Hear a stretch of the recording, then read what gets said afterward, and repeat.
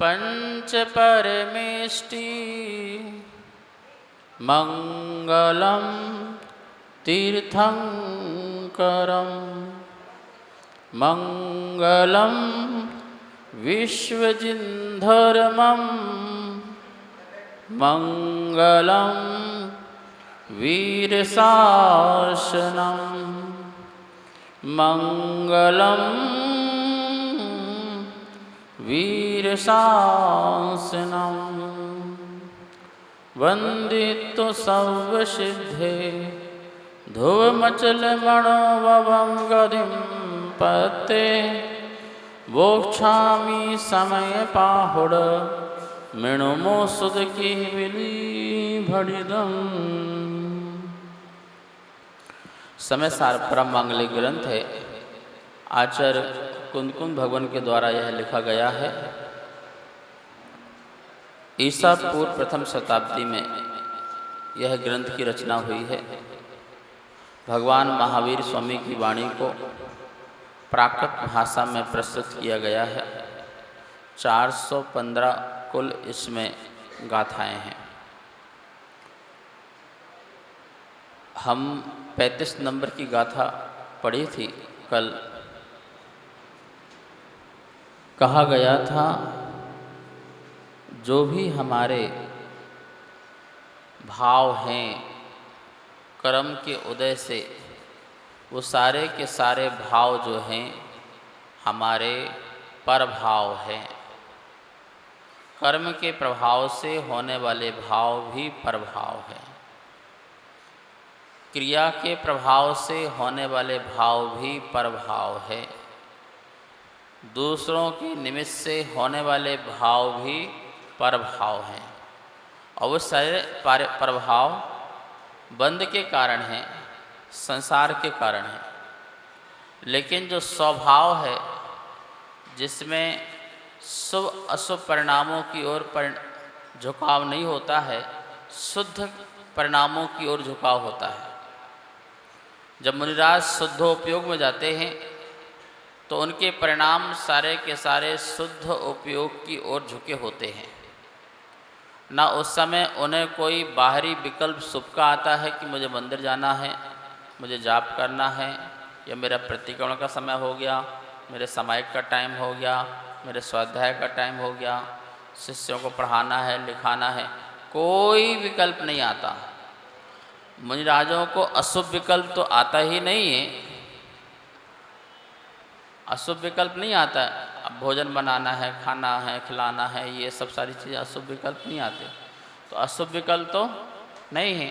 शुभ विकल्प भी ना आए इसके लिए महान पुरुषार्थ करते हैं। महान पुरुषार्थ करते हैं और होता है।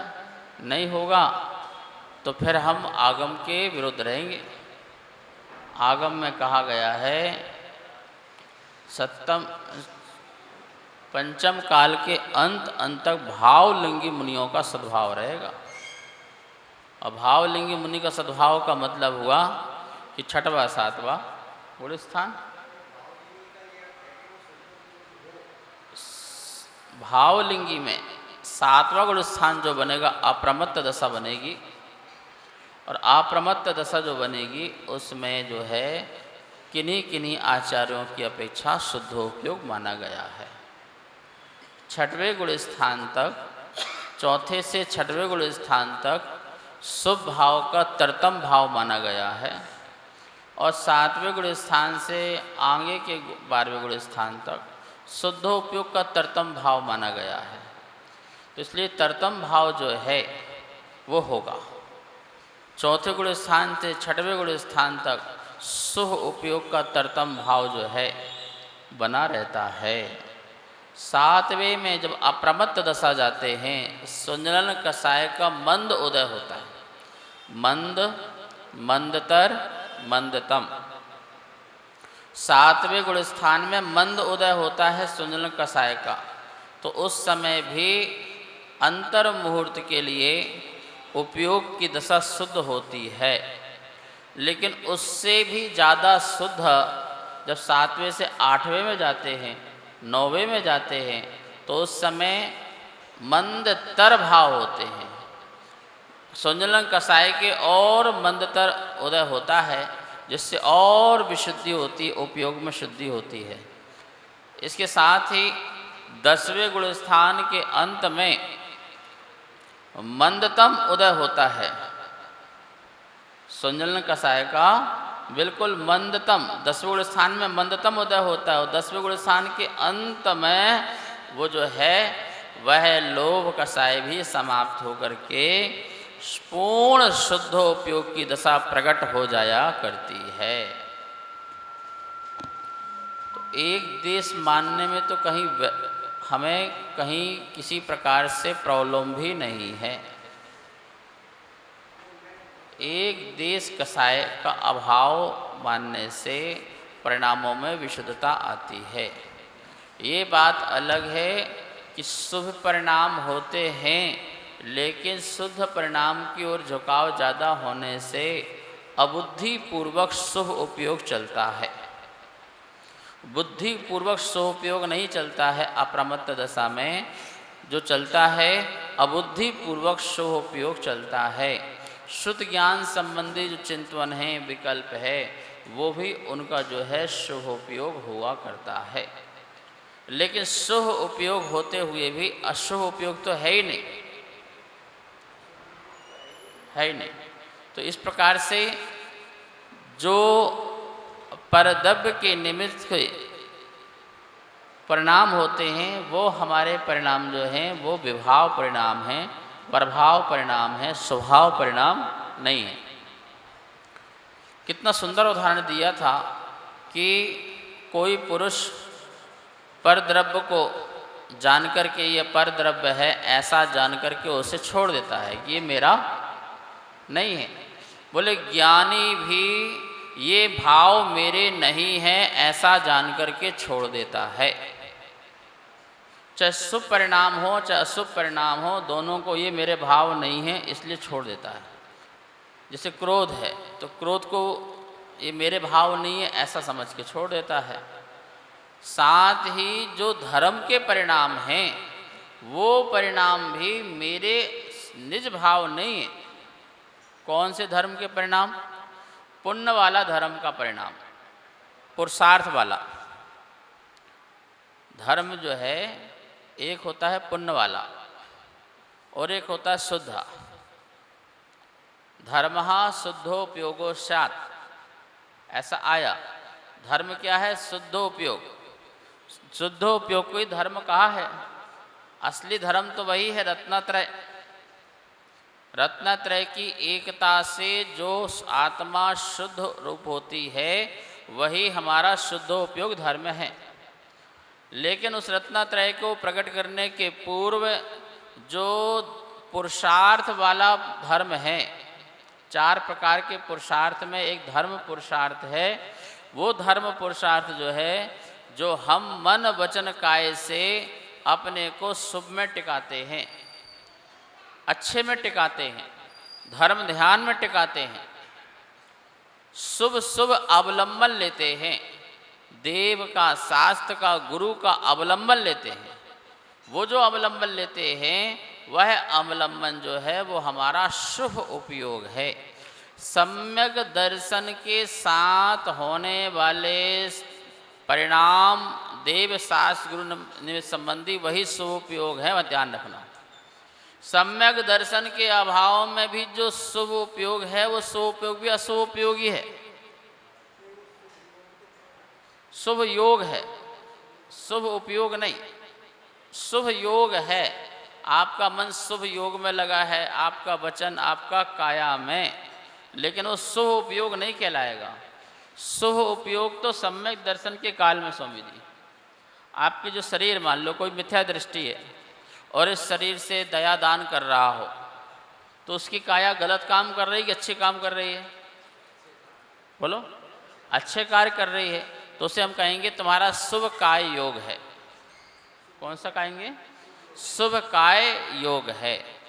और वो मिथ्या दृष्टि अच्छे अच्छे लोगों को प्रवचन सुना रहा हो, बढ़िया दया अहिंसा की बातें सुना रहा हो, अच्छे परोपकार की बातें कर रहा हो, तो कह रहे हैं कि उस समय जो उसके वचन होंगे मिथ्या दृष्टि के, वो शुभ वचन योग होगा। ठीक है। इसी प्रकार से मिथ्या दृष्टि कोई भद्र परिणामी मन में अच्छा सोच रहा हो, सबका कल्याण हो, सबका हित हो, मैं बेईमानी नहीं करूं, मैं झूठ नहीं बोलूं, मैं चोरी नहीं करूं, मैं गलत काम नहीं करूं, इस प्रकार से वह अच्छा अच्छा सोच रहा हो, तो उस समय कहेंगे शुभ मनोयोग उसका है। मनोयोग कैसा है उसका? शुभ मनोयोग है। तो शुभ मनोयोग, शुभ वचन योग, शुभ काय योग से भी पुण्य का बंध होता है, और अशुभ मनोयोग, अशुभ वचन योग, अशुभ काय योग से पाप का बंध होता है। लेकिन जो शुभ मन वचन काय के योग से जो पुण्य का बंध होता है, उसका मोक्ष मार्ग से कोई लेना देना नहीं है। उसको उससे संसार के सुख तो मिल जाएंगे। एक द्रव्यलिंगी अभव्य मुनिराज भी साधना करके शुभ मनोयोग, शुभ वचन योग, शुभ काय योग से नवग्रीवक में उत्पन्न हो जाते हैं। तीनों से वो कोई भी चेष्टा करते हैं तो गलत नहीं होती उनसे, बिल्कुल एक्यूरेट। 28 मूल गुण में किसी प्रकार का अधिचार लगने नहीं देंगे बाह्य से, और तीनों योग शुभ हो जाएंगे, और उसके प्रभाव से वो कहाँ पहुँच जाएंगे? आपको पता है 16 स्वर के ऊपर दिगंबर अवस्था से साधना करने वाले ही पहुँच सकते हैं, चाहे वो द्रव्यलिंगी हो चाहे भावलिंगी हो, उसके अलावा कोई नहीं पहुँच सकता। तो कितनी कठोर साधना करते हैं, इतनी कठोर साधना करते हैं कि कोई उनको सर्व करे तो वो उसका जवाब नहीं दे, कोई प्रतिक्रिया ना करें, ऐसा साधना करते हैं। लेकिन अंदर बहिरात्मापना है, मिथ्या दृष्टिपना है, या अभव्य जीव है, अभव्य जीव है। वो सब कुछ जो करता है, कहीं ना कहीं उसके मन में आत्मख्याति का भाव होता है। कौन सा भाव होता है? कि जग में मेरी प्रशंसा हो, अभी भी हो और जाने के बाद भी हो, हर व्यक्ति के मुख में मेरा नाम हो, मेरा काम हो, ऐसी भावना होती है, ऐसी भावना होती है। वर्ल्ड रिकॉर्ड बनाने की भावना होती है। क्या ना? धर्म में भी वर्ल्ड रिकॉर्ड बनाने की भावना होती है। देखो, मैंने पहली बार ऐसा किया, मैं पहली बार ऐसा करूं। वो स्वाध्याय भी करता है। कितने अंक का स्वाध्याय हो सकता है बब्ब को? 9 पूर्व, 11 अंग और 9 पूर्व। 10वां पूर्व हो जाएगा तो सम्यक दृष्टि बन जाएगा वो। 11 अंग और 9 पूर्व का वह ज्ञान कर सकता है, और वो 11 अंग 9 पूर्व का अध्ययन सिर्फ अपनी पंडिताई के लिए करता है। स्वाध्याय न करके पराध्याय करता है कि कोई भी आ जाओ वाद विवाद करने, हम बिल्कुल तैयार हैं, कहीं से भी पूछ लो। जैसे वो वकील कोर्ट बताता है कि धारा बताता है, इस पुस्तक में इस धारा में ऐसा कहा है, ऐसे वो भी धारा से बात करता है कि इस शास्त्र में फलाने पेज में फलाने लाइन में फलाने शब्द में ऐसा कहा है। इतना छौसम तेज कि वो आपको पुस्तक का नाम, सब सारी विषय वस्तु, लाइन, शब्द सब बता देगा। क्यों? उसको अंदर से रस मिलता है ज्ञान के मद का, कि देखो लोग क्या सोच रहे हैं, महाराज जी को कितना नॉलेज है, कितना ज्ञान है। ठीक है, वो इस प्रकार से उनको जो सोचना है वो उनका सोचना है, वो आपका सही भी हो सकता है। लेकिन जो मैं हूँ, मैं ऐसा सोच रहा हूँ, तो कह रहे हैं वो 11 अंग 9 पूर्व का भी ज्ञान करने के बाद वह जीव मिथ्या दृष्टि, अभव्य जीव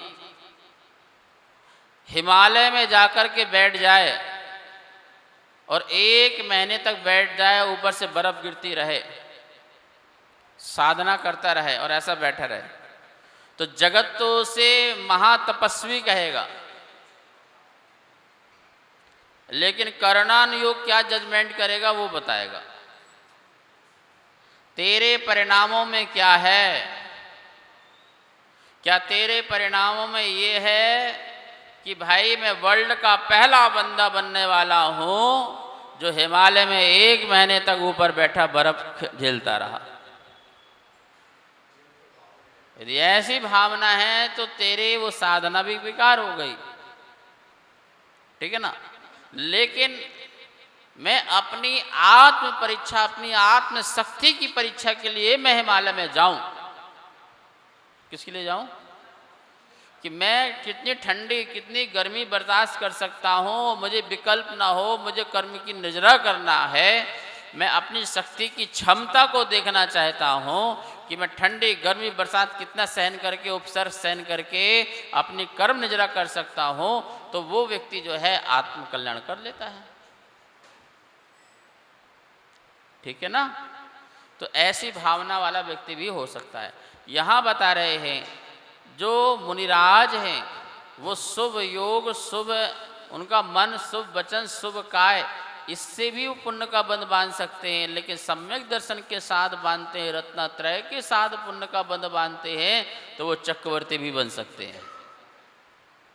वो नारायण, प्रति नारायण, बलभद्र आदि भी बन सकते हैं, बड़े बड़े पदों को प्राप्त कर सकते हैं। यहाँ तक कहा गया है वो तीर्थंकर प्रगति का भी बंध कर सकते हैं। इससे बड़ा पुण्य और कौन सा होगा बताइए? तीर्थंकर जैसी प्रगति का जितना बड़ी पुण्य प्रगति है, उससे बड़ी पुण्य प्रगति और कोई होती ही, क्योंकि जिसके चरणों में चक्रवर्ती भी आता है, जिसके चरणों में सौधर्म इंद्र से बड़े बड़े इंद्र भी आकर के नतमस्तक होते रहते हैं, ऐसे तीर्थ प्रवर्तक की तीर्थंकर प्रगति जो है सबसे महान पुण्यशाली हुआ करती है। लेकिन यहाँ कह रहे हैं उन्हें उस प्रगति का फल भोगने का भी भाव नहीं होता।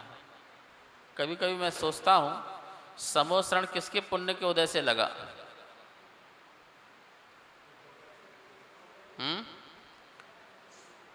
समोसरण किसके पुण्य के उदय से लगा? पुण्य पाप क्या है? जो अच्छा वेदन करे वो पुण्य, और जो बुरा वेदन करे वो पाप। आप यहाँ बैठे हैं, सुख का वेदन कर रहे हैं तो ये आपका क्या हुआ? और यदि आप बुरा वेदन कर रहे हैं, दुख का वेदन कर रहे हैं तो क्या हुआ? पाप का वेदन। तीर्थंकर तो दोनों का वेदन नहीं करता। आप इस मंदिर में बैठे हैं तो इस मंदिर की सुंदरता का, यहाँ की व्यवस्था का आप वेदन कर रहे हैं, कितना अच्छा है, कितना अच्छा, बढ़िया लग रहा है, यहाँ अच्छा लगता है, वहाँ नहीं, यहाँ बढ़िया अच्छा लग रहा है। किसका वेदन कर रहे हैं बोलो?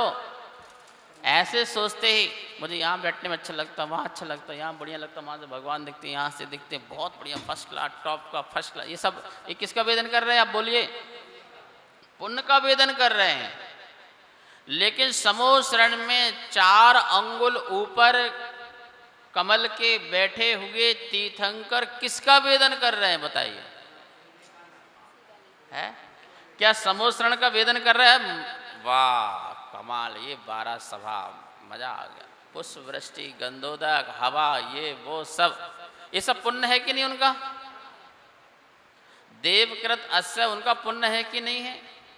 अष्ट प्रातिहार उनका पुण्य है कि नहीं है? जन्म के अस्य उनके पुण्य है कि नहीं है? केवल ज्ञान होने के बाद 10 अस्य उनका पुण्य है कि नहीं है? समो शरण लगना, शीतल हवा होना, गंधोदक की वृष्टि होना, और कितने करोड़ वाद्य यंत्र उनके प्रवचन के बैकग्राउंड में बजना। लेकिन क्या इन सब का वो वेदन कर रहे हैं क्या? तो जब वेदन नहीं कर रहे तो पुण्य का फल कहाँ भोग रहे? तो फिर पुण्य का फल कहाँ भोग रहा है? पुण्य का उदय हो रहा है लेकिन पुण्य का फल, तो जब पुण्य का फल नहीं भोग रहा तो पुण्य का वेदन कैसे? अरे जब वेदन ही नहीं करते तो पुण्य का फल कहाँ भोग रहे? तो बताओ, जो वेदन कर रहा उसका पुण्य का उदय, कि जो वेदन नहीं कर रहा उसका पुण्य का उदय? तुम वहां समूह शरण बैठ करके बढ़िया शीतल हवा ले रहे हो, वाद्य यंत्र का आनंद ले रहे हो, भगवान की वाणी का आनंद ले रहे हो, सुगंधित वृष्टि हो रही है, पुष्प वृष्टि हो रही है, अब बढ़िया शीतलता और मजादार इन सब का।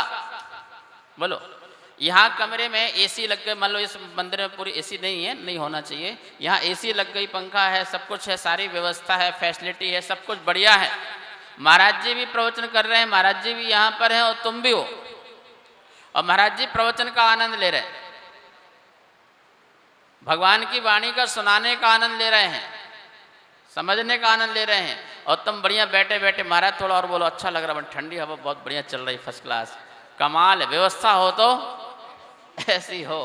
तो बोलो, यहाँ का वेदन कौन ले रहा, कौन यहाँ का पुण्य भोग रहा? तो ये मंदिर फिर किसके पुण्य के उदय से बना? बताओ, किसके पुण्य के उदय से बना? तुम्हारे पुण्य के उदय से। तो समोसण भी किसके पुण्य के उदय से लगा? भगवान का आगमन किसके पुण्य के उदय से हुआ? बोलो, समोसण भी तुम्हारे पुण्य के उदय से, भगवान का विहार भी तुम्हारे पुण्य के उदय से, और तो और उनके बोलने भी उनके बस में नहीं है, बोलना भी उनके बस में नहीं है। तुम्हारा पुण्य का उदय होगा तो बोलना प्रारंभ कर देंगे। वो चाहे कर भी नहीं बोल सकते, क्योंकि चाहे तो है ही नहीं, मोहिनी कर्म तो है ही नहीं। जब मोहिनी कर्म नहीं है, चाहे नहीं है, तो बोलने की इच्छा भी नहीं है। तो बोलते भी हैं तो बलात् हमारे पुण्य के कारण बोलते हैं।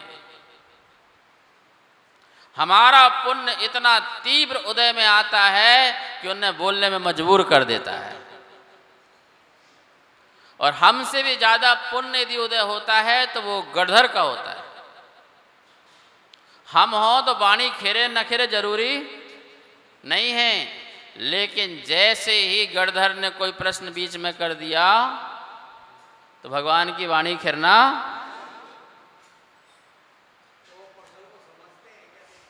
अब पता नहीं क्या होता है, यही तो केवल ज्ञान का आश्चर्य है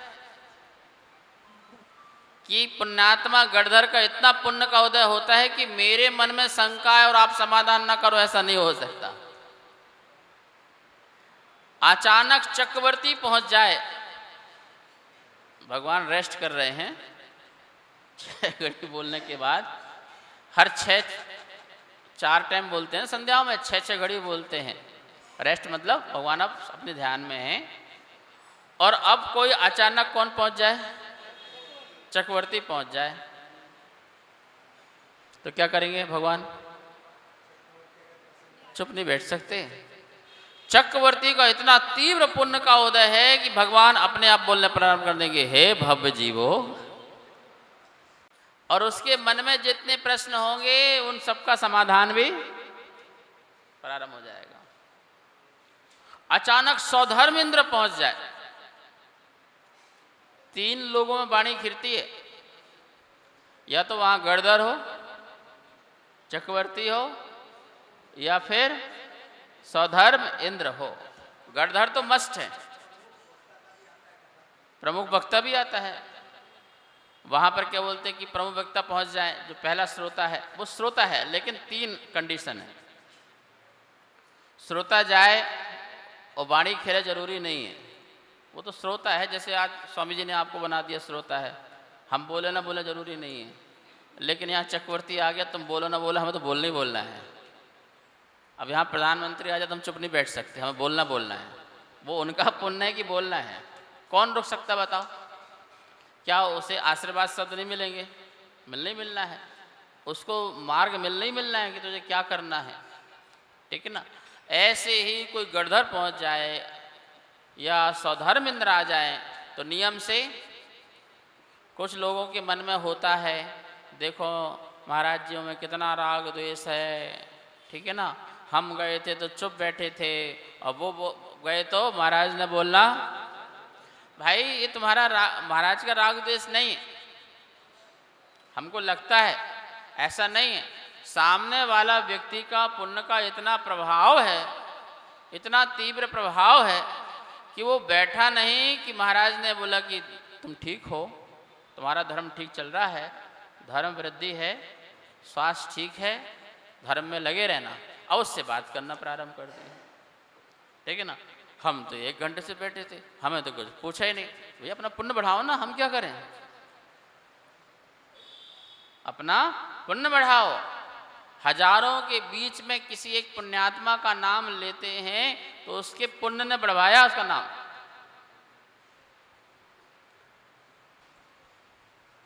केवल ज्ञान में तो अनंत कहानियां आ रही होंगी ना, लेकिन जिसका तीव्र पुण्य का उदय, उसी की कहानी सुनाते हैं भगवान।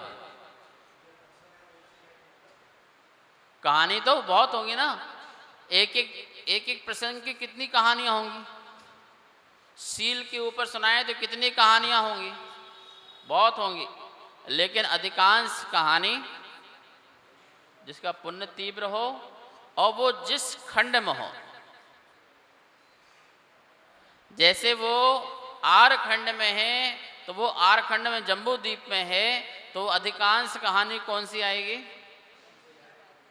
आर खंड की आएगी, विदेश क्षेत्र की नहीं आएगी।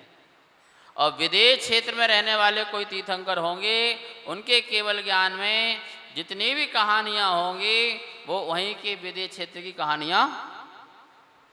आप सारे पुराण पढ़ लो, आपको ऐसे मिलेगा। वो चंपापुर में हुए थे, वो कौशल में हुए थे, वो रेती यहाँ हुई थी, वो वहाँ हुई थी, राजा सेठ यहाँ हुए थे।